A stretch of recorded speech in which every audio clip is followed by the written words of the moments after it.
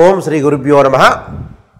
శని వక్రగతి కుంభరాశిలో పూర్వాభాద్ర నక్షత్రంలో 325 డిగ్రీల నుంచి 315 డిగ్రీలకి ఈ శని వక్రగతి అనేది పోతుంది. అంటే ప్రారంభం 325 నుంచి 315 వరకు. ఈ శని వక్రగతి కుంభరాశిలోనే సంచారం చేయటం, అలాగే శని 3, 6, 11 స్థానాల్లో సుఫలితాలను ఇస్తాడని, మిగతా స్థానాల్లో మిశ్రమమైన ఫలితాలు, మిగతా స్థానాల్లో చెడు ఫలితాలు వచ్చే అవకాశం అనేది ఒకటి ఉంటుంది. ఏమిటి శని వక్రగతి అంటే? తిరోగమనం అంటాం, అంటే రెట్రోగ్రేడ్ అంటారు. శని కుంభరాశిలోనే వక్రగతి పొందటం అంటే జూన్ 30వ తారీఖు నుంచి నవంబర్ 15వ తారీఖు వరకు కూడా 138 రోజుల పాటు శని వక్రగతి పొందుతూ ఉంటుంది. ఈ వక్రగతి అనేది పంచాంగ గణన సిద్ధాంతం ప్రకారంగా సూర్య సిద్ధాంతాన్ని అనుసరించి పూర్వ సిద్ధాంతము, దృగ్గణిత సిద్ధాంతం కూడా ఏర్పడుతుంది. ఈ గణితం అంటే ఈ పంచాంగంలో మనం ఏదైతే గణన వేస్తుంటామో దాని యొక్క సిద్ధాంతాన్ని బట్టి మనం అనుసరిస్తే 5 గ్రహాలకి మనకి వక్రస్థితి అనేది ఏర్పడుతుంది. 5 గ్రహాలకి వక్రస్థితి అంగారకుడు, బుధుడు, గురువు, శుక్రుడు, శని. 5 గ్రహాలకి, పంచగ్రహాలకు కూడా మనకి వక్రస్థితి ఏర్పడుతుంటుంది ఒక్కొక్క సమయంలో. సూర్యచంద్రులకు వక్రస్థితి అనేది ఉండదు. రాహుకేతులు ఎల్లప్పుడూ కూడా వక్రస్థితిలోనే ఉంటారు. ఒక 2 ప్లానెట్స్ ఎప్పుడైతే అంతరిక్షంలో రొటేట్ అవుతుండగా, పరిభ్రమణం చెందుతుండగా, ఒక గ్రహము దాని యొక్క వెలాసిటీ వేగాన్ని తగ్గితే ఆ గ్రహం అనేది వక్రస్థితికి చేరుకుంటుందని ఆస్ట్రోఫిజిక్స్ చెప్తుంది.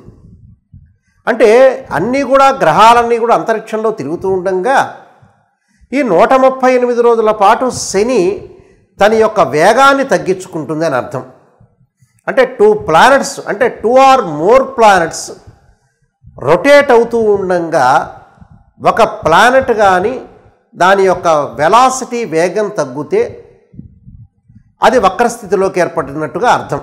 అంటే భూమి మీద ఉండే వాళ్ళకి ఆ గ్రహం వెనక్కి వెళుతున్నది అని అర్థంగా ఆపాదిస్తారు. అంటే ఉదాహరణకి 2 కార్లు వేగంగా వెళుతుండగా ఒక కారు యొక్క వేగం 80 డిగ్రీల కంటే ఇంకో కారు 100 డిగ్రీలు, ఇంకో కారు 100 డిగ్రీలు తిరుగుతూ ఉండగా ఉన్నట్టుండి ఒక కారు దాని యొక్క వేగం అనేది 80 డిగ్రీల స్పీడ్లోకి వెళితే ఆ 80 డిగ్రీలో ఉన్న కారు అనేది వక్రస్థితికి ఏర్పడింది అని అర్థం. శని యొక్క ప్రభావం ఎలా ఉంటుందనంటే, మరి దీన్ని రెట్రోగ్రేడ్ ట్రాన్సిట్ సిస్టమ్ అంటారు. అంటే ఇవి ముఖ్యంగా సంహితా గ్రంథాల్లో కానీ, జ్యోతిష్యపర గ్రంథాల్లో కానీ, జ్యోతిష్శాస్త్రంలో కానీ వక్రస్థితి గురించి ప్రత్యేకంగా చెప్పబడ్డాయి శాస్త్రంలో. కాబట్టి ఈ వక్రస్థితి అనేది వల్ల ఫలితాలు కూడా మారిపోతూ ఉంటాయి. అంటే సహజంగా ఎలా ఉంటుందంటే దాని వెనక స్థానాన్ని మనం చూసుకోవాల్సిన అవసరం అనేది ఒకటి ఉంటుంది. కాబట్టి వెనక భావం యొక్క ఫలితాలు పడే అవకాశం ఉంటుంది. ఇక్కడ భావం అని కూడా కాదు, వెనకటి యొక్క స్థానం ఫలితం అనేది వచ్చే అవకాశం అనేది ఒకటి ఉంటుంది. కాబట్టి వక్రస్థితిలో చెడు మంచి యొక్క మిశ్రమాలు కలిసే అవకాశాలు ఉంటాయి. ఒక గ్రహానికి, ఒక రాశికి ఎప్పుడైతే గ్రహస్థానం అనేది మారుతూ ఉంటే, వక్రస్థితిలో మారుతుంటే ఫలితం కూడా మారిపోయే అవకాశాలు అనేవి ఖచ్చితంగా ఉంటాయి. ధనస్సు రాశి వాళ్ళకి శని వక్రగతి యొక్క ఫలితం వల్ల కొన్ని పెనుమార్పులు జరిగే అవకాశం ఒకటి ఉంది. అంటే ధనస్సు రాశి వాళ్ళకి 3వ స్థానంలో శని వక్రస్థితిలో ఉండటం వల్ల 2వ స్థానం యొక్క ఫలితాలు పడే అవకాశాలు ఎక్కువగా ఉంటాయి. అంటే కుటుంబ స్థానం యొక్క ఫలితాలు ఎక్కువగా పడతాయి. అంటే ఏమిటి?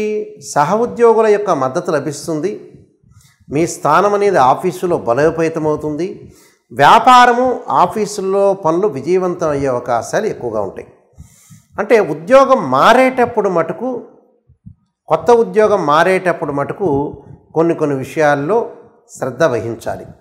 కొత్తగా ఏమీ పనులు చేయకుండా ఉండటం చాలా మంచిది. అంటే కొత్తగా ఏమీ పనులు చేయకూడదంటే కొత్త వ్యాపారం ప్రారంభం చేయకూడదు. వ్యాపారం వల్ల నష్టం జరిగే అవకాశం ఉంటుంది. కొత్త వ్యక్తుల యొక్క పరిచయం చేసేటప్పుడు కూడా, పరిచయాలు పెంచుకునేటప్పుడు కూడా వాళ్ళని ఆచితూచి అడుగు వేసి వాళ్ళు ఎంతవరకు మంచివాళ్ళు, ఎంతవరకు చెడ్డవాళ్ళు, ఏమిటి, వాళ్ళ యొక్క పొజిషన్ ఏమిటి అనేది మనం థింక్ చేయాలి. డబ్బు అప్పులు ఇచ్చేవాళ్ళు కూడా కొంత వెనకాడే అవకాశాలు ఉంటాయి. మీరు కూడా డబ్బును అప్పు ఇవ్వకూడదు. ఏదైతే అలా అని ఏదో భార్యకు కానీ ఇంట్లో కానీ పిల్లలకు కానీ అమ్మాయికి కానీ అబ్బాయికి కానీ అన్నదమ్ములకు కానీ అక్క చెల్లెలకు వాళ్ళకు కాదు, ఎవరైతే అవుటర్స్ ఉంటారో అవుటర్స్ని మంచివాళ్ళ కాదా అలా ఆలోచన చేసి మీ సహాయం కోరే వ్యక్తులు కొంతమంది ఉంటారు. అంటే మీ సహాయం కోరే వ్యక్తులందరికీ కూడా వాళ్ళు మంచి చెడ ఆలోచన చేసి మాత్రమే ధనాన్ని ఇవ్వండి. మనస్పర్ధలు వచ్చే అవకాశం, ప్రశాంతమైన వాతావరణాన్ని క్రియేట్ చేసుకోవాలి. మీరు కొత్తగా వస్తువులు ఏమీ కొనకూడదు. గొడవలు, తగాదాలు, మాటం పట్టింపు, కార్యనాశనం జరిగే అవకాశాలు ఎక్కువగా ఉన్నాయి. తొందరపాటు నిర్ణయాలు ఎట్టి పరిస్థితుల్లో కూడా తీసుకోకూడదు. ఏది పడితే అది తొందరపాటు నిర్ణయాలు తీసుకోవడం వల్ల కూడా కొన్ని ఇబ్బందులు కలిగే అవకాశాలు ఉంటాయి. ఈ సమయంలో కష్టానికి తగ్గ ఫలితం అనేది రావడానికి చాలా శ్రమ పడాల్సిన అవసరం అనేది ఎక్కువగా ఉంటుంది వీళ్ళకి. కుటుంబ పరంగా విభేదాలు లేకుండా భార్య యొక్క ఆలోచన భర్తను సంపూర్ణంగా స్వీకరించటం, భర్త యొక్క ఆలోచనను కూడా భార్య సంపూర్ణంగా స్వీకరించాలి. అలానే సోదరీమణుల మధ్యలో ప్రేమ బాగా పెరగటానికి కొంత కృషి చేయటం చాలా మంచిది. స్నేహితులు వచ్చేటప్పటికల్లా సహాయాన్ని కోరే అవకాశాలు ఉంటాయి. ఆ సహాయ విషయంలో కూడా మంచివాళ్ళ చెడ్డవాళ్ళ అనేది కొంత ఆలోచన చేసి ముందుకు వెళ్ళండి. పెండింగ్ పనులు అయితే పూర్తయ్యే అవకాశాలు అయితే వీళ్ళకుంటాయి.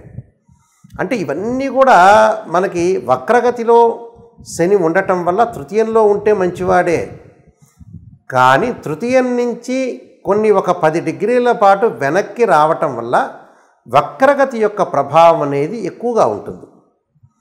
కాబట్టి ఆందోళన చెందొద్దండి, మానసికంగా ఒత్తిడి పెట్టుకోవద్దు.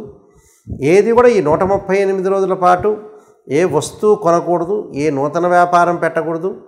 అలానే ఉద్యోగంలో భద్రత అవసరం. మీకు ఏ వస్తువు కొన్నా కూడా మోసపోయే అవకాశాలు ఉంటాయి. ఇల్లు కన్స్ట్రక్షన్ చేయొద్దండి, ఇల్లు కొనుగోలు చేయొద్దండి, ఇల్లు మారద్దండి, ఉన్న ఇంట్లోనే ఉండండి. బంగారం కొనుగోలు చేసేటప్పుడు కూడా మోసపోయే అవకాశాలు ఉంటాయి వీళ్ళకి. దాని మీద కూడా శ్రద్ధ పెట్టండి. అంటే 138 రోజులు అత్యవసరమైతేనే బంగారం కొనండి. తొందరపాటు నిర్ణయాలు వద్దు. ఏ నిర్ణయం తీసుకున్నా మేధావులతోటి కలిసి నిర్ణయం తీసుకోండి. ప్రయాణాలు మటుకు వెళ్ళేటప్పుడు మటుకు కొంత శ్రద్ధ వహించండి. అతి వేగం అనేది పనికిరాదు. విద్యార్థులకు వచ్చేటప్పటికల్లా ఏకాగ్రత తగ్గే అవకాశం ఉంటుంది. వేరే వ్యాపకాల మీద ఉండే అవకాశాలు ఉంటాయి. కాబట్టి వేరే వ్యాపకం కాకుండా వీళ్ళు విద్య మీద కాన్సన్ట్రేషన్ చేయాలి. అలానే స్త్రీలకు వచ్చేటప్పటికల్లా కొంత మానసికంగా కొంత ఆందోళన పడుతూ ఉంటారు. చంద్రుడిని ఆరాధన చేయటం అనేది చాలా మంచిది. అంటే కొన్ని పరిహారాలు చేసుకుని ముందుకు వెళ్ళాలి. ఆ పరిహారాల్లో వీళ్ళు ముఖ్యంగా చంద్రుడి యొక్క ఆరాధన చేయాలి. క్షీరపత్రాయుధి అమృతతత్వాయుధి మే తన్నో చంద్ర ప్రచోదయాత్ అనే మంత్రాన్ని, దధీశంక తుషారాభం క్షీరోధారణం సంభవం నమామి శిశనం సంభవం శంభురమకట భూషణం అని చంద్రుడి యొక్క ఆరాధన చేయటం, బియ్యం దానం చేయటం, అలానే శివుని ఆరాధన చేయాలి. ఓం నమః పంచాక్షరితో పాటు శనీశ్వరుడి యొక్క ఆరాధన. నీలాంజన సమాభాసం రవిపుత్రమాగ్రజం ఛాయామార్తాండ సంభూతం తం నమామి శనీశ్వరు అనే మంత్రాన్ని చక్కగా చదవండి. అలానే ప్రత్యేకంగా నల్ల నువ్వులు, నల్లని వస్త్రము, అలానే ఏదైతే నల్లని మేకు, నల్లని పాదుకలు, నల్లని గొడుగు దానం చేయండి. మీకు మంచి జరిగే అవకాశం ఖచ్చితంగా ఉంటుంది. ఇవన్నీ కూడా నేను చెప్పినవన్నీ కూడా గమనించి ముందుకు వెళ్ళండి. అంతా కూడా మీకు మంచి జరగని ఆశిస్తూ సర్వే జనా సుఖినో భవంతు.